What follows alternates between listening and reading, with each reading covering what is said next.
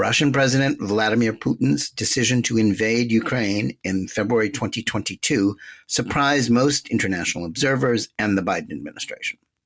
Not many, if any, in the ranks of veteran diplomats, think tank denizens, and journalists who make up the foreign policy establishment thought the illegal act of aggression would turn into an increasingly bloody stalemate into which much of the rest of the world would be drawn. The question now facing these supposedly smart people is what will be the implications of a decision on the part of the United States and its European allies to escalate the already destructive war by giving the Ukrainians tanks, jets, and any other high-tech armaments they want in order to give them a chance to achieve the complete defeat of the nuclear power with which they are locked in combat. Another factor that must be taken into account is the increasing likelihood that China will think it is in its interest to seek to balance the massive American commitment to Ukraine. Beijing may be coming to the conclusion that it is necessary for it to come to the aid of its ally in Moscow by sending arms that will ensure that the fighting will continue indefinitely. But another issue is at play. What is the effect of this great power proxy war on Iran? With the Biden administration treating support for Ukraine as its foreign policy and security priority, many of its critics have questioned whether the territorial integrity of that country is really a U.S. national interest, let alone the most important thing going on in the world. That decision is defended as the only way to prevent further Russian acts of aggression. It's also seen as a way to deter China, which remains America's most potent potential enemy. But it's unclear whether the laser focus on Ukraine and the stripping of U.S. armed forces of armaments in order to feed Kyiv's insatiable demand for supplies to keep fighting Russia, with no serious effort underway to increase military spending or to start a new American arms buildup, is actually undermining American efforts to deter Chinese aggression against Taiwan. Even less attention is being paid to whether one of the unintended consequences of the West's obsession with Ukraine is the help it may provide to Iran.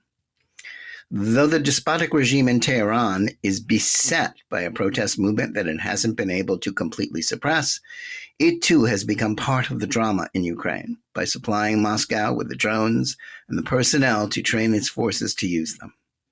More than that, it has apparently become even more closely allied with Putin after a decade in which Russia played a largely equivocal role in the world's efforts to prevent Iran from gaining a nuclear weapon, sometimes aiding the theocratic regime and resupplying it with weaponry, and sometimes seeking to restrain it.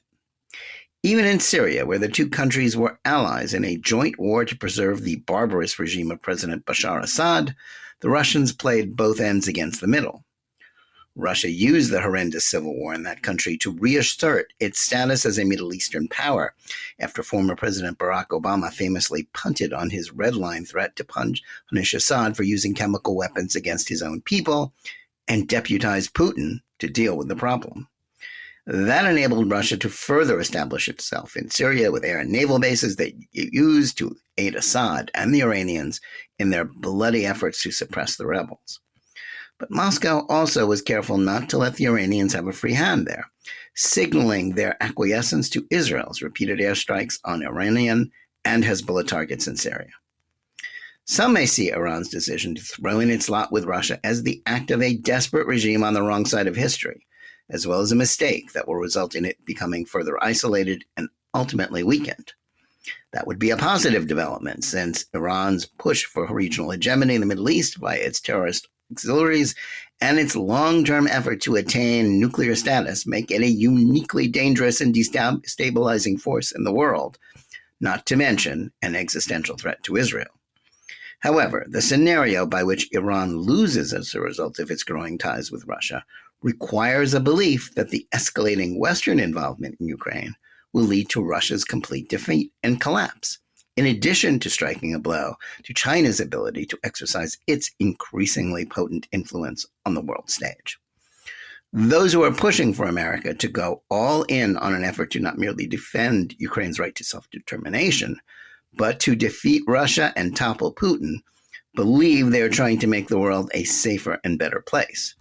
Still, they need to take into consideration the very real possibility that this massive spending and arms aid project will fail to accomplish those goals, and that the ratcheting up of the fighting will both needlessly worsen the humanitarian disaster that Putin unleashed and create an even bloodier stalemate that will make Russia's allies stronger.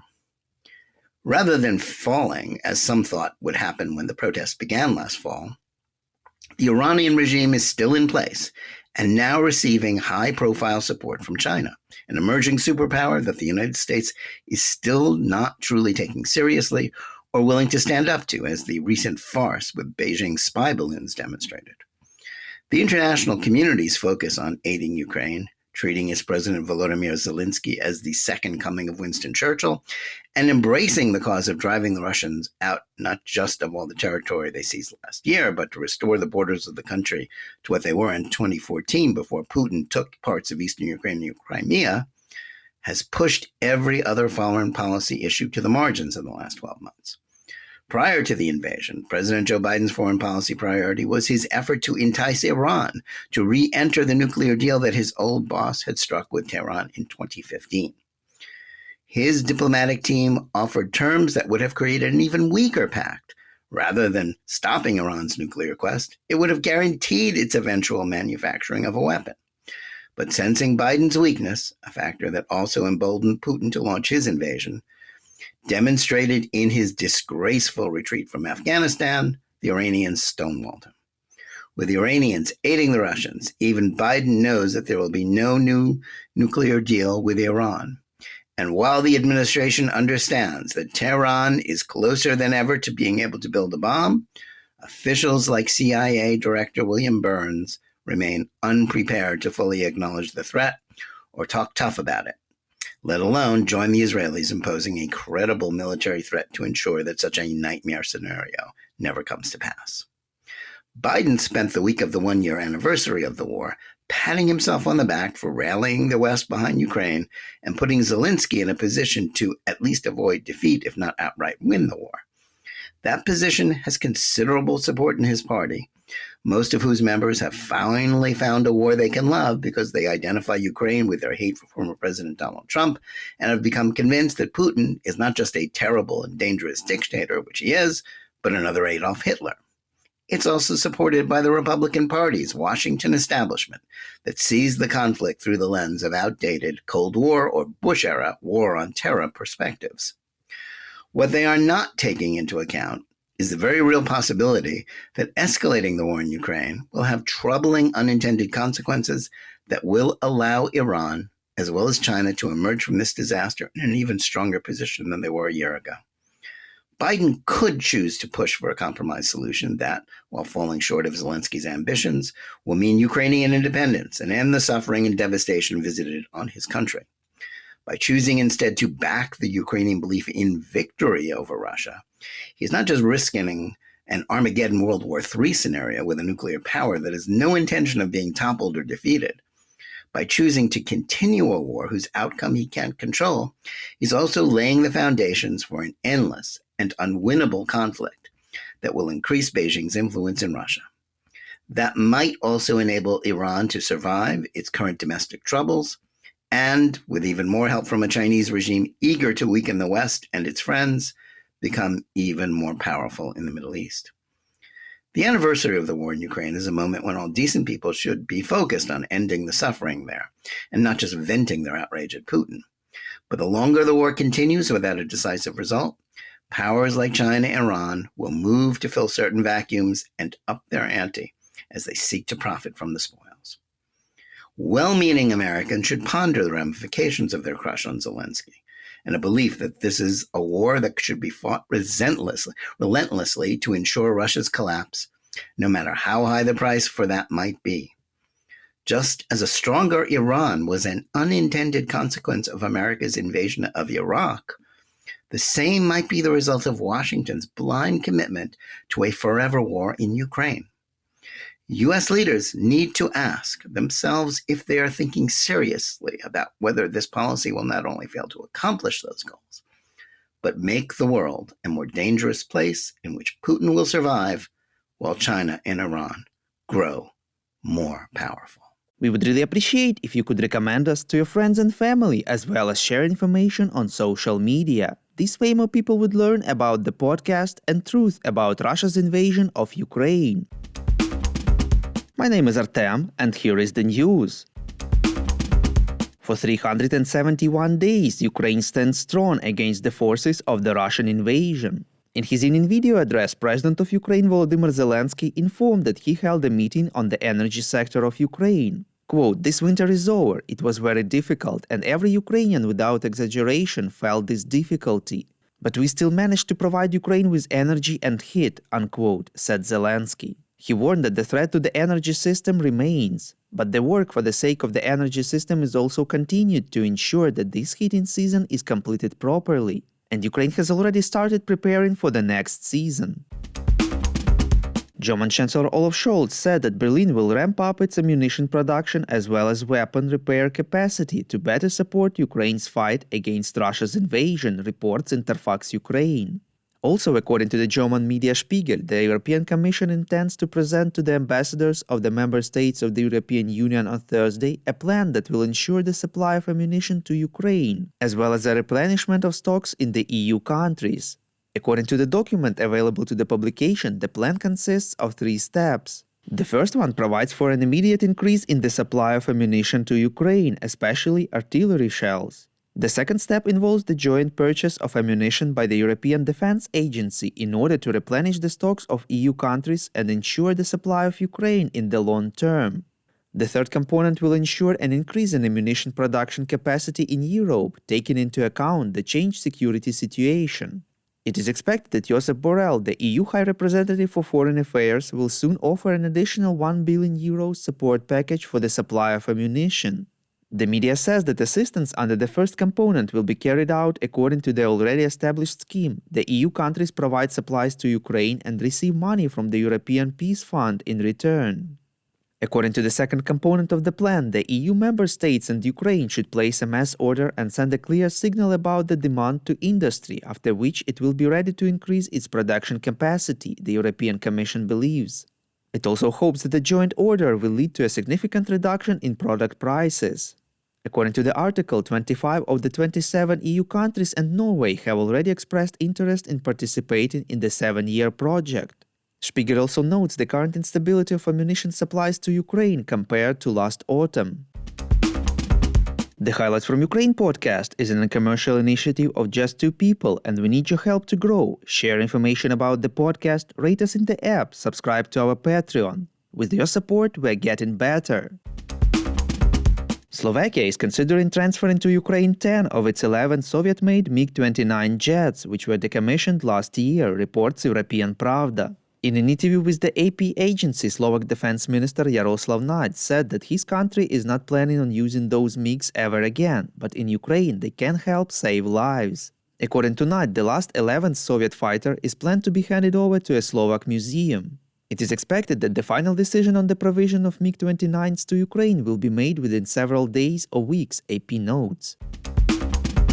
Serhiy Nayev, commander of the Joint Forces of the Armed Forces of Ukraine, informed that Ukraine's air defense brings down 80% of Russian missiles, reports Radio Liberty.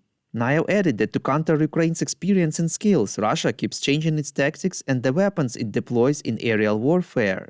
The Ukrainian armed forces analyze every Russian attack and draw conclusions to ensure that the country's air defense is as robust as possible. The Russian Foreign Ministry claimed that Ukraine allegedly received dangerous radioactive substances from one of the European countries through the port of Chornomorsk and is preparing provocations, reports Interfax Ukraine. According to the ministry, provocations are to be targeted against the Transnistria region of Moldova that is controlled by the pro-Russian and Russian forces. Spokesman for the Ukrainian Foreign Ministry Oleg Nikolenko stressed that Kyiv is strictly committed to the non-proliferation of nuclear weapons and refutes fake information from Russia. He added that Moscow often accuses others of what they plan themselves. The Russian Foreign Ministry said that Moscow would only agree to extend the Black Sea Grain Initiative, which allows safe export from Ukrainian ports, if the interests of its agricultural producers were taken into account, reports Ukrainska Pravda. The Russian side stressed that continuing the package agreement on grain is possible only if the interests of Russian agricultural and fertilizer producers in terms of unhindered access to world markets are taken into account, according to Reuters.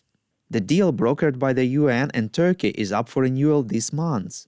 Ukraine has said it would seek a longer extension for up to a year to allow better forward planning and would also like to see the port of Mykolaiv included. Russia, however, has signaled that it is unhappy with some aspects of the deal. The business community has called on the UN and Turkey, the guarantors of the agreement, to facilitate the stable operation, extension and expansion of the Black Sea Grain Initiative and ensure free commercial navigation in the Black Sea.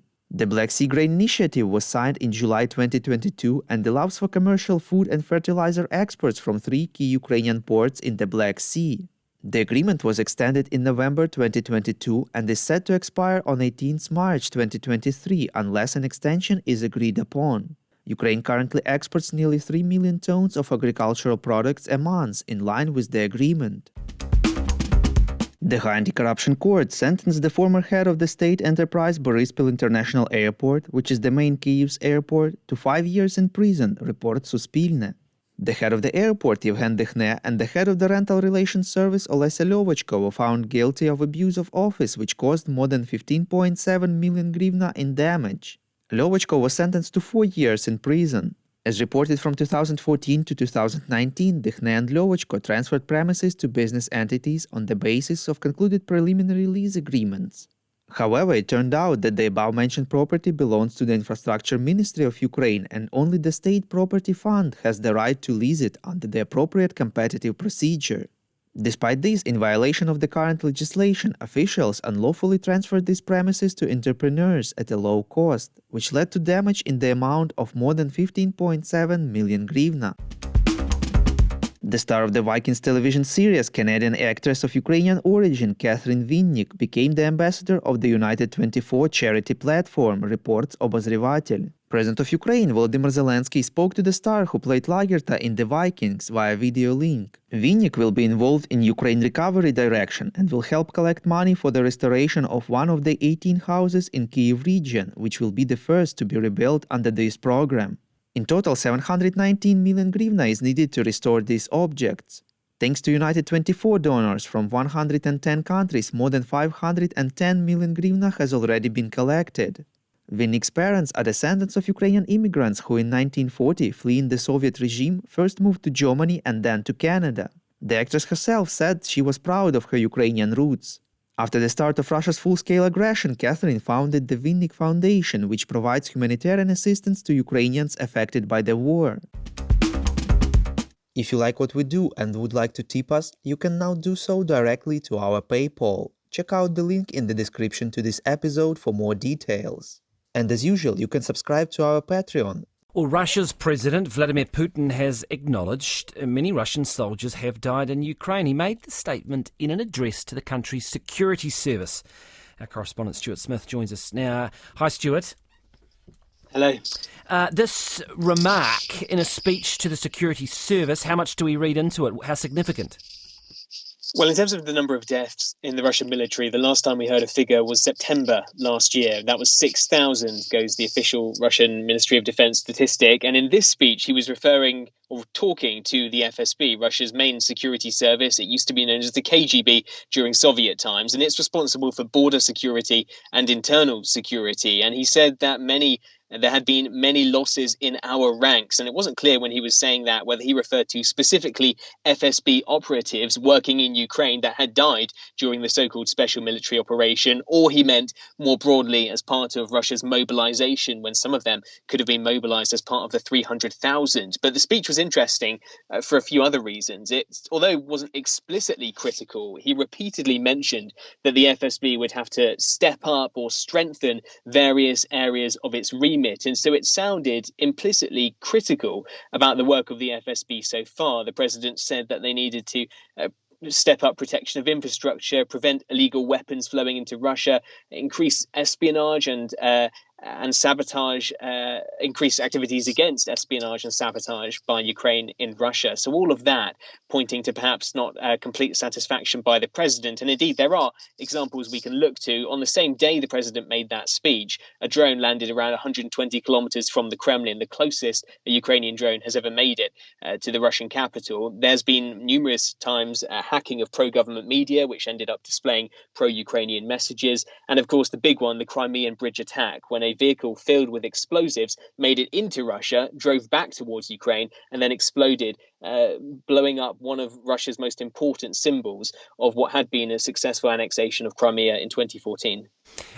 Has he made any comment on China's peace plan or talks around that?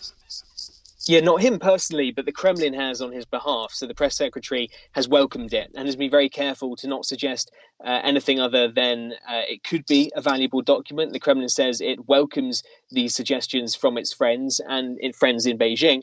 And anytime a document with serious proposals comes to the Kremlin, they will study it carefully. But studying it carefully is as far as the Kremlin has got, because in the same speech by the Kremlin press secretary, he reminded the world what Russia's red lines are, and none of them accommodate what Ukraine's red lines are. So, for example, mentioning that the 4 annexed regions of Ukraine and Crimea must remain Russian territory. Well, that flies in the face of the internationally recognized borders of Ukraine, which China's so-called peace plan also mentioned would have to be respected. So although the Kremlin is careful not to say to the Chinese that this document is something that isn't particularly useful, at the same time, it's clear that the realities for Russia right now are that there isn't much overlap between Ukraine and Russia's positions, and even the Chinese don't seem to have the leverage required to make any kind of concessions right now. Just circling back to the battlefield then and those losses, Bakhmut, this is where the fierce fighting is. I see Ukraine is saying they're having to bolster their ranks.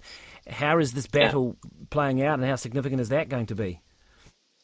It's playing out mostly through Russian media as a dispute between Russia's private military organization Wagner, which at any possible moment will take the opportunity to try to say it's the one doing the majority of the heavy lifting there, compared to the Russian Ministry of Defense, which is more keen on sharing examples of positive developments as part of Russia's forces more generally. In terms of the day-to-day, we don't get many updates unless it's a success. So we've heard some nearby villages had been, quote, liberated, but in terms of the resistance there, it's rare to see an update on state television or get an update in Russian media, but it's clear that is where the focus is.